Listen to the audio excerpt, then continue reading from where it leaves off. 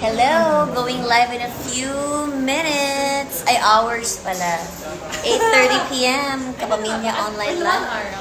In 1 hour. Ano ba talaga? Hindi ko sure. Basta lag. PBB po ito. Jet lag is real. PBB po ito, oo.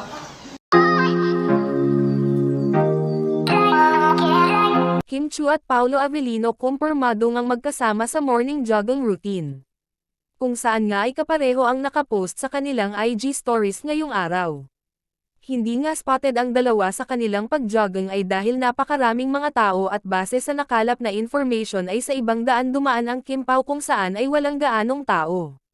Samantala, marami na namang napabilib ni Kim Chiu kung saan nga ay walang kapaguran ang ating Chinita Princess, kung saan ay galing pa ito sa It's Showtime kahapon para sa pag-host ng Especially For You, ay dumaritso nga ito sa birthday celebration sa kanyang ate Lokam, kung saan nga ay mismong si Kimi pa ang kumuha ng picture at video. Makikita naman ang suot ni Kimi kung saan nga ay hindi na ito nagbihis ng pumunta sa PBB, pareho lang ang suot nito sa birthday party at papuntang PBB house, dahil isa siya sa mga host sa bahay ni Kuya. Ganito talaga ka-busy si Kimi dahil sa mga sunod-sunod na biyaya na kanyang natatanggap, dahil nga ay waiting pa ang Chinita Princess na mag-live ang naturang show, ay nag-retouch na ito at nagbihis. Sa naturang show nga ay may pahapyon na naman itong si Ruby Domingo na ka-co-host ni Kimi sa PBB.